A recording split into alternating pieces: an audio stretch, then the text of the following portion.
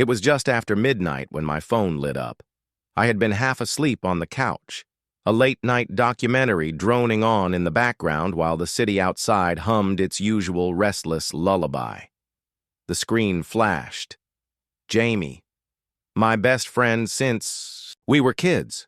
The guy who once convinced me to sneak out during a thunderstorm just to catch frogs by the creek. The same guy who still texted me bad puns at 2 a.m. and showed up uninvited to all my birthdays with a six-pack and that crooked grin, but he never called. Not like this. Not at this hour. I sat up straight, suddenly awake. My thumb hovered over the green icon for a second longer than necessary before I answered. Jamie? He didn't respond right away. I heard him breathe in, shaky, almost like he'd been crying. Hey, he finally said. His voice was tight, hushed. Are you home? Yeah. What's going on? A pause. Then, I need a favor. Can you come over? Like now? His voice cracked on the last word. I stood without thinking, already grabbing my keys. Are you okay? Is someone hurt? No, nothing like that. It's just, look, I can't explain over the phone. Just, I need you here, man. Please. That word, please, hit differently. Jamie never pleaded. He was the stubborn one, the problem solver, the loudest guy in the room who laughed with his whole chest. Hearing him like this, quiet, uncertain, sent a chill through me. I'm on my way, I said. I didn't even change out of my hoodie and sweatpants. I grabbed my phone, wallet, and coat and was out the door within minutes. The elevator ride down felt unusually long, every second stretched thin by the questions swirling in my head. What the hell had happened? A breakup? A fight? Something worse? I tried to piece together clues from his voice. No blood, no screaming in the background. But emotion, definitely.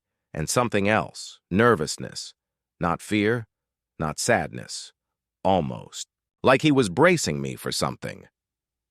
As I stepped out into the cold night air, I remembered something he'd said a week ago in passing, almost offhandedly.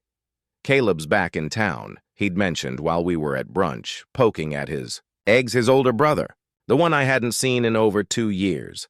I hadn't asked for details. I'd nodded and changed the subject. It was easier that way. Now, as I climbed into my car and pulled into the empty streets, headlights slicing through the dark, a quiet voice in the back of my head whispered what I didn't want to admit out loud. This wasn't just about Jamie. Somehow, Caleb was part of this, and I wasn't sure I was ready to see him again. Jamie and I have been friends for as long as I can. Remember, we met in 2nd grade when he stuck an eraser up his nose and dared me to do the same. I didn't, but I laughed so hard the teacher made me sit in the hallway. He joined me 5 minutes later, grinning like he'd won something. Since then, we've been inseparable. Him, the wild one, and me, the cautious observer who somehow always followed him into trouble. We grew up like brothers, only closer. Sleepovers turned into entire weekends at each other's houses. I knew his mom's lasagna recipe by heart, and he could recite every cringy line from my first high school crush text. He was my safety net, my constant. And for a long time, that was enough. But there was always someone else in the background of that friendship. Caleb, Jamie's older brother. 3 years ahead of us in school, always with that air of effortless cool. He had that messy kind of charm.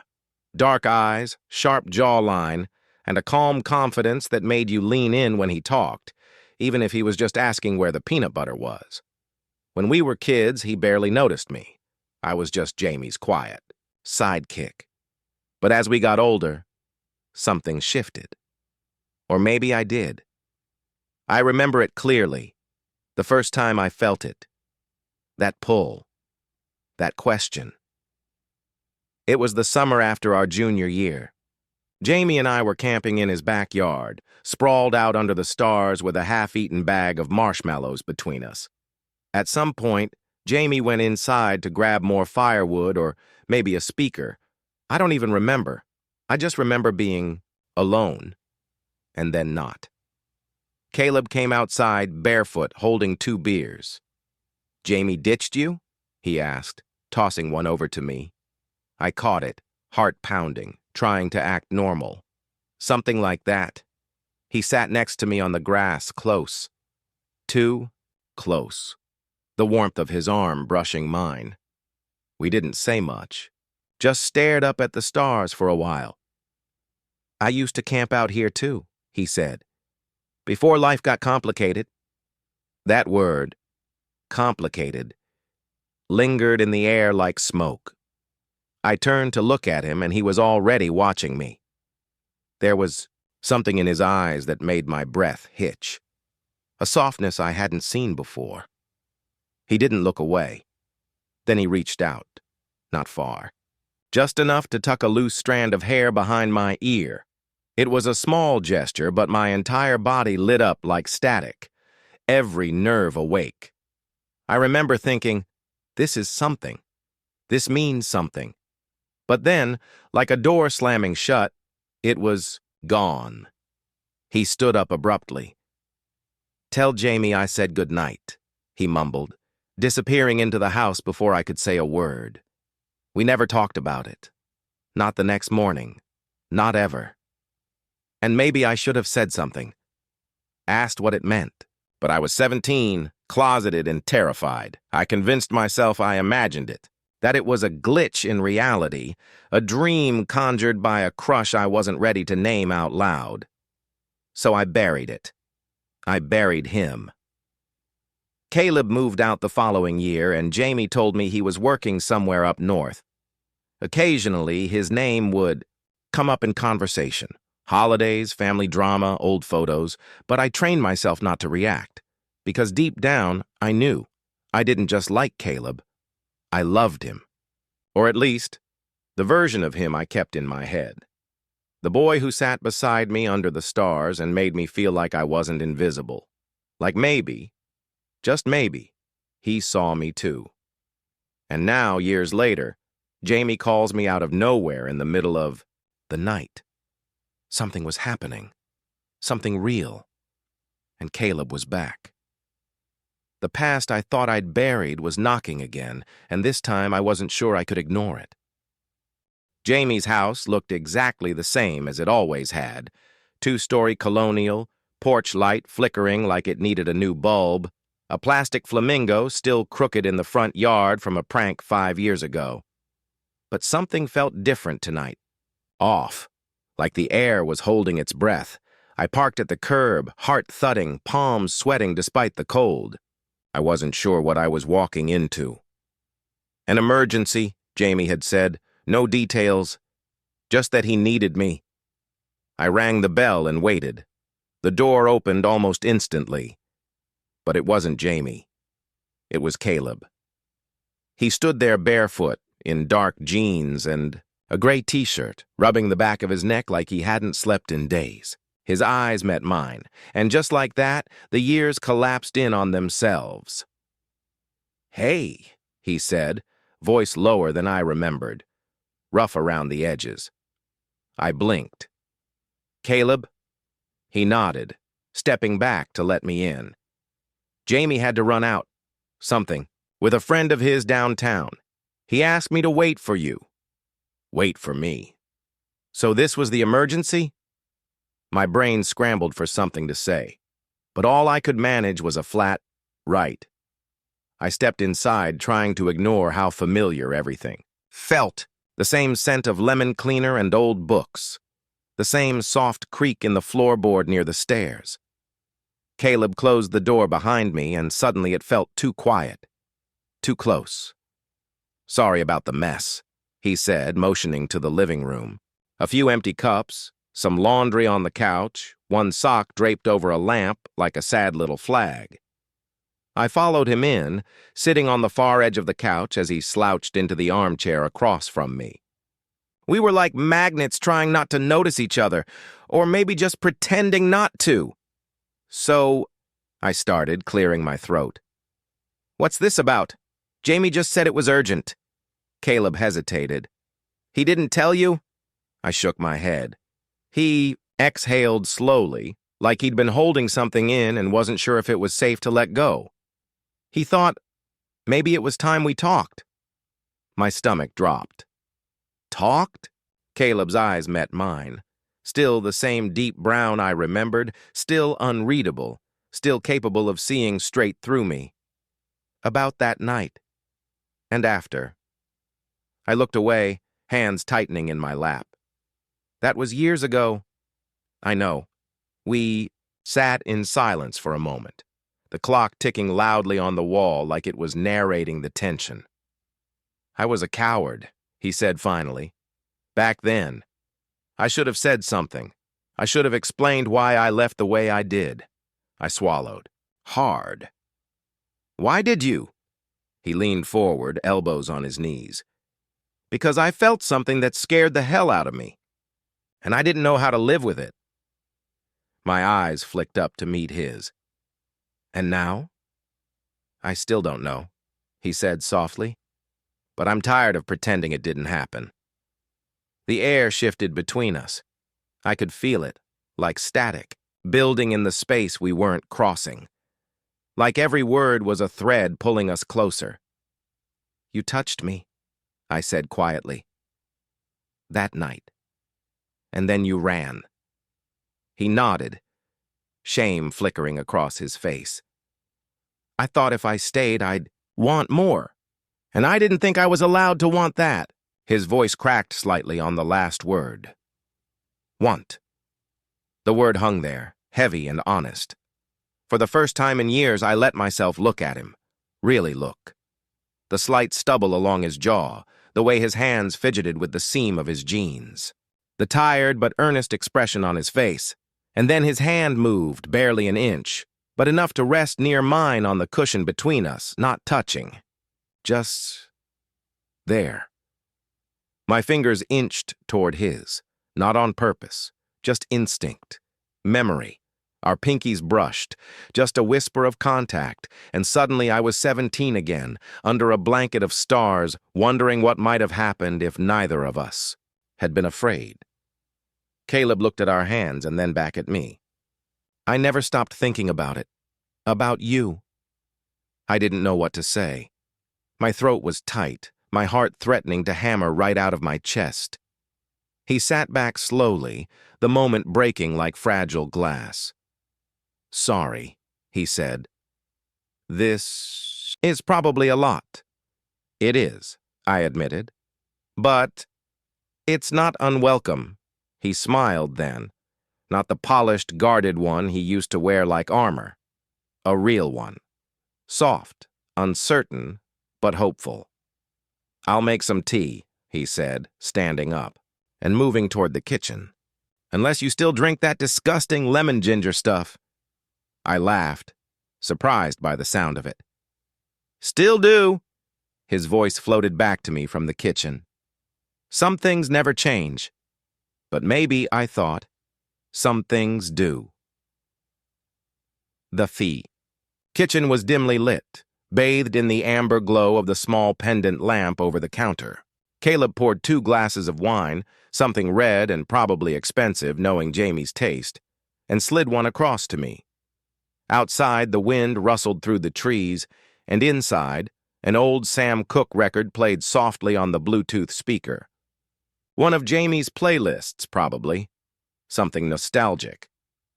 I sat on a stool, the cold glass sweating between my fingers. Caleb leaned against the opposite counter, one ankle crossed over the other, sipping slowly. Neither of us spoke for a while, letting the silence stretch, gentle now instead of heavy. Finally, he said, "Do you remember that summer, after graduation?" I glanced up. "The camping night?" He nodded. "Yeah, that. I think about it more than I should." "I do too," I said, quieter than I meant to. I thought I was crazy for remembering it the way I do. "You weren't," he said, meeting my eyes. I felt it too. That night changed something for me.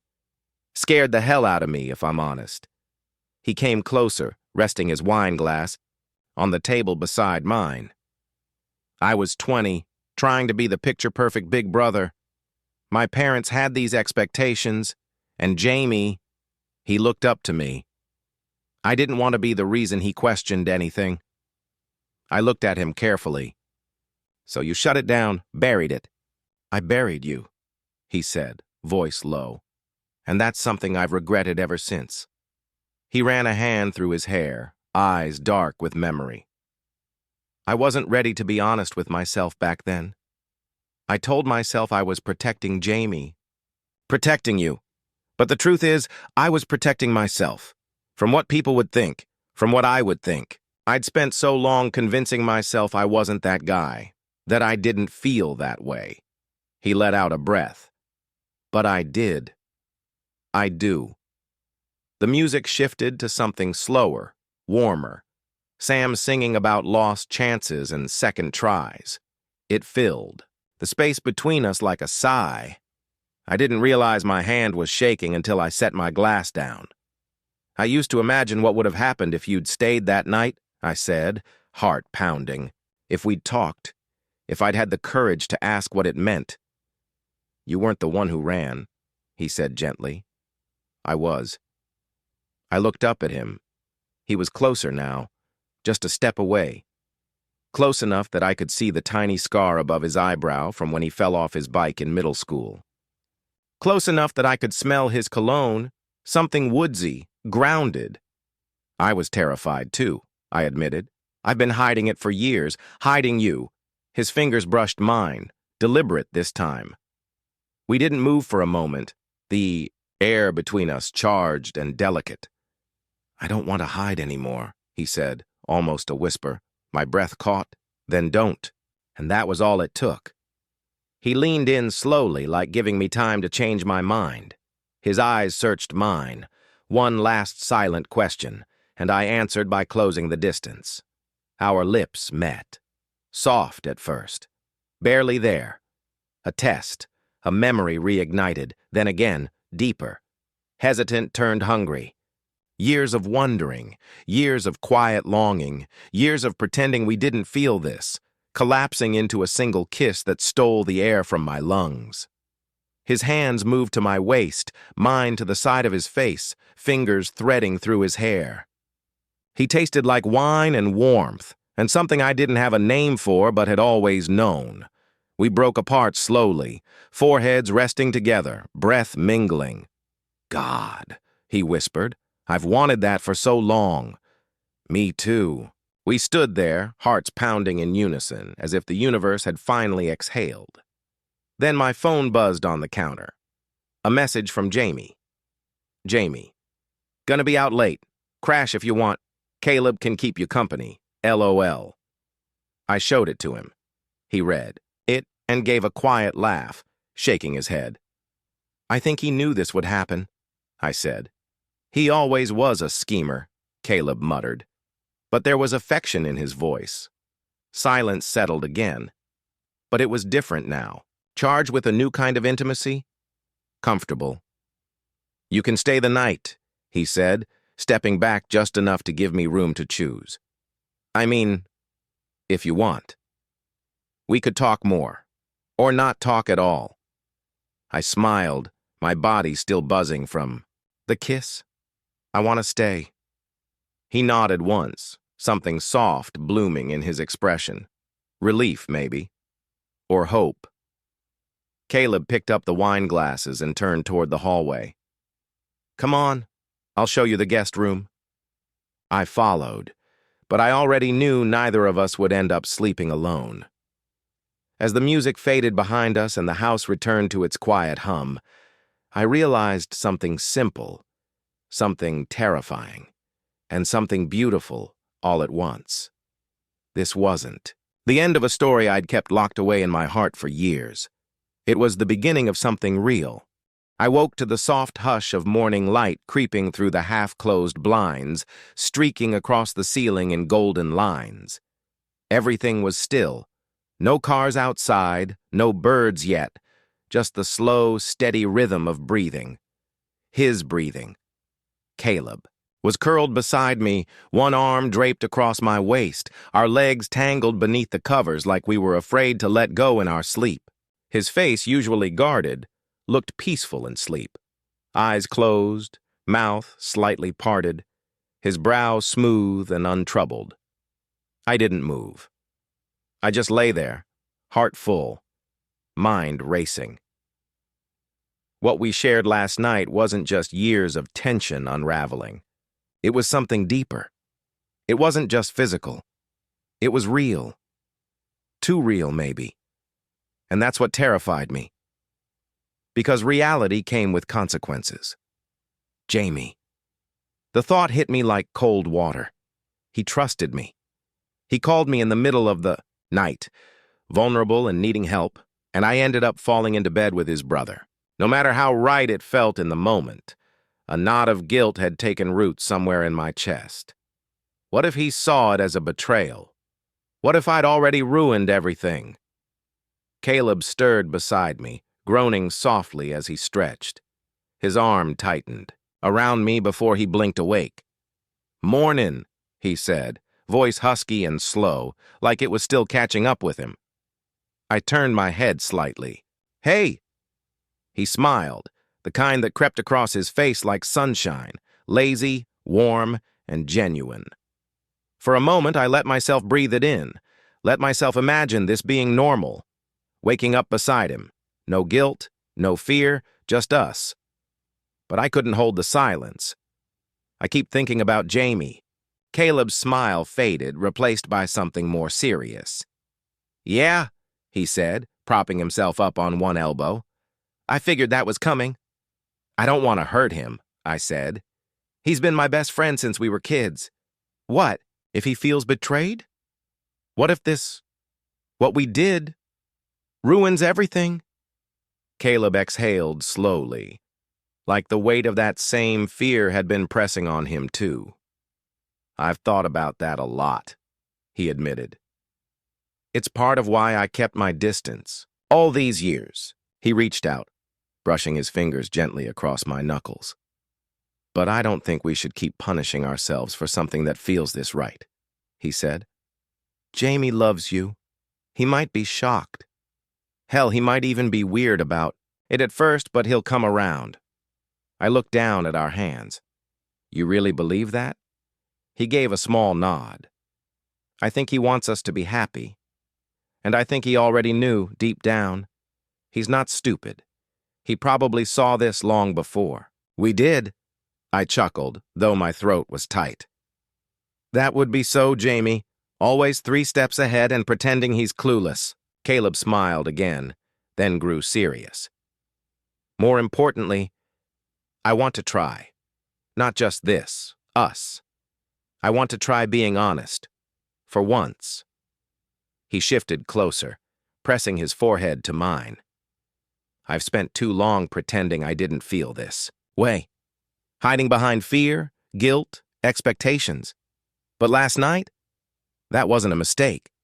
"No," I whispered. "It wasn't."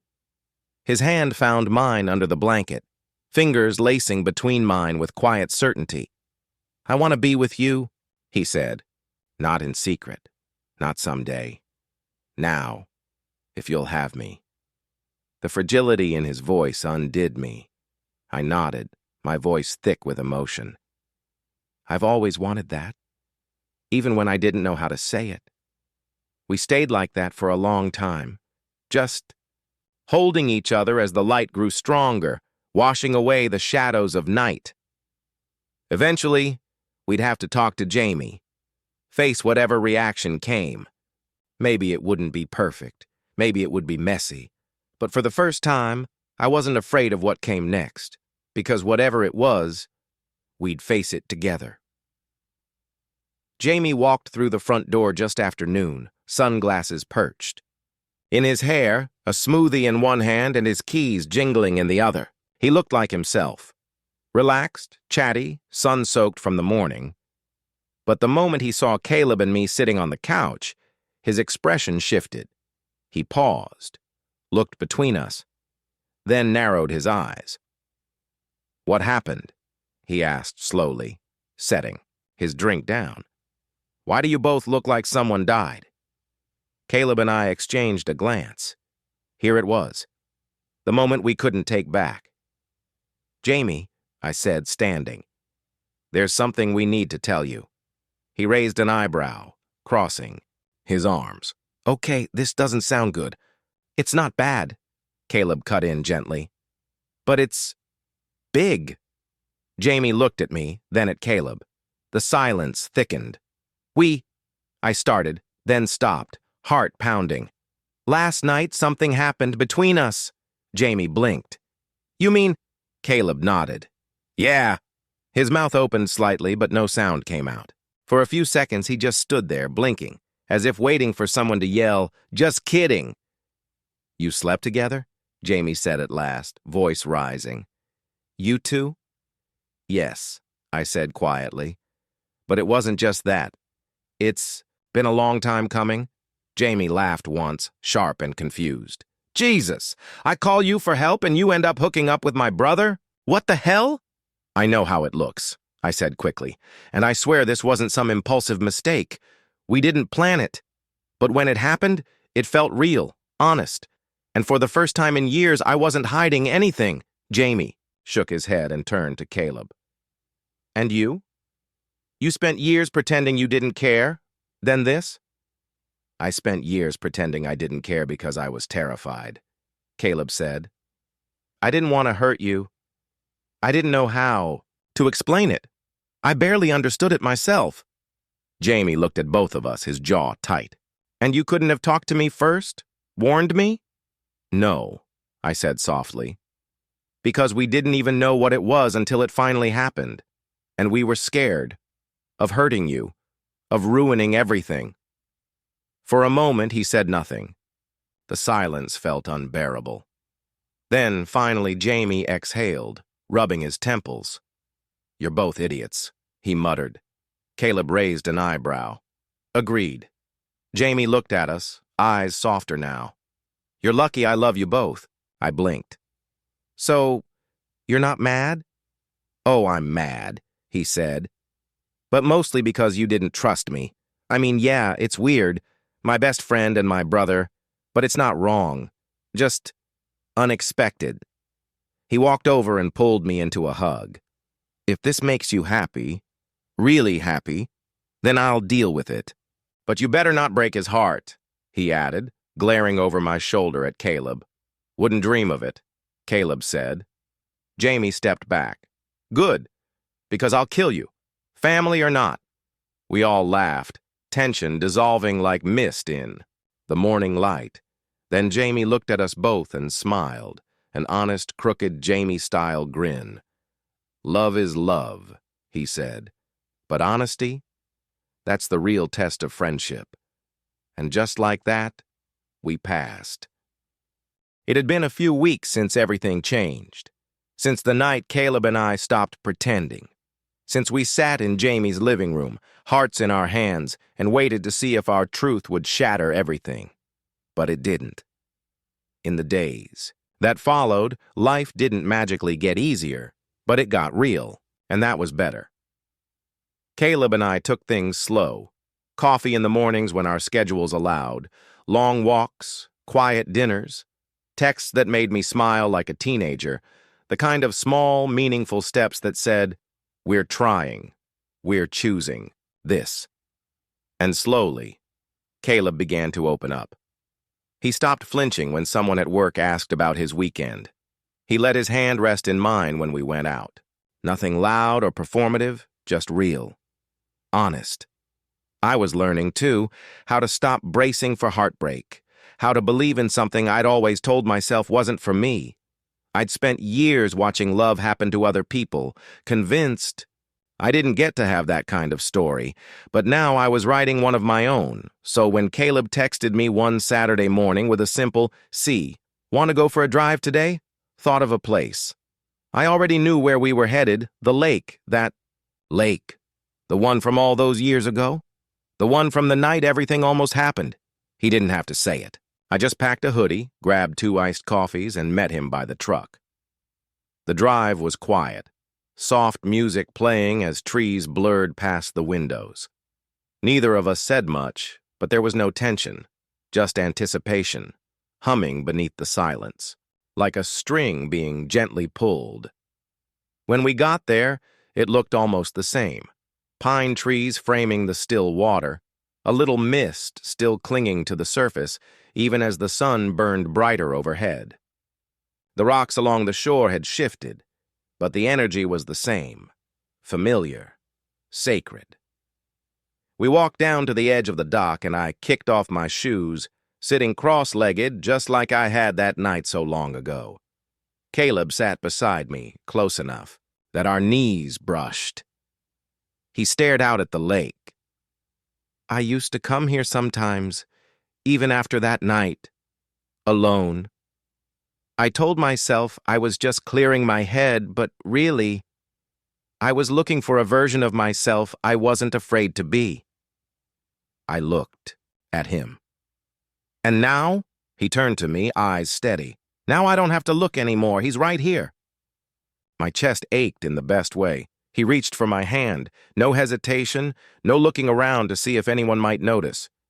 I thought about kissing you that night, I said, smiling. I almost did. I know, he said. I almost let you. The moment held between us, full of memories and second chances. And this time, nothing held us back. He leaned in, not cautious or questioning, but certain. I met him halfway. The kiss was warm and slow and sure. Not a firework, but a sunrise. Soft lips, steady hands, a breath shared in the space where fear used to live. When we pulled apart, he didn't let go. We're not who we were back then, he said. No, I agreed. We're better. We stayed there side by side, letting the wind ripple across the water. Birds called in the trees. A couple of kayakers drifted by in the distance, but we barely noticed. In that moment, the world had narrowed to just the two of us, the lake, the past, and now, finally, the future. It wasn't the way I thought love would find me. I didn't picture it tangled in history, stitched through friendship and almost forgotten moments. I didn't think it would come with this much fear, this much risk. But love rarely shows up how you expect. Sometimes it's a whisper in the dark. Sometimes it's a door reopening years after you thought it closed. And sometimes, if you're lucky, it's your best friend's older brother standing beside you at the edge of a lake, holding your hand like it was always meant to be there.